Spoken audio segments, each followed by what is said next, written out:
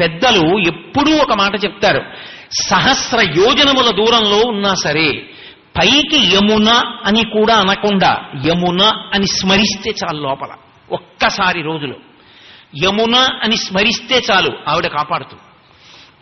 అందుకే కృపాపారావారాం తపనతనయాం, తపనుడు అంటే సూర్యుడు, ఆమె సూర్యుని యొక్క కుమార్తె. ఏ కారణం చేత అంటే విశ్వకర్మ యొక్క కుమార్తె సంధ్యాదేవి.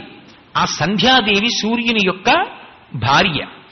ఒకానొకప్పుడు ఆమె సూర్య భగవానుడు ఎదురుగుండా నిలబడి ఆయన యొక్క తేజస్సు దుర్నిరీక్ష్యమైపోయి చూడలేక భయవిహ్వలయ్యి కళ్ళు మూసుకుంది.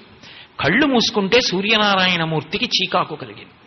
నువ్వు నా భార్య అయ్యుండి నా ఎదురుగుండా నిలబడి నా తేజస్సుకి భయవిహ్వలవుతున్నావు, కన్నులు మూసుకున్నావు.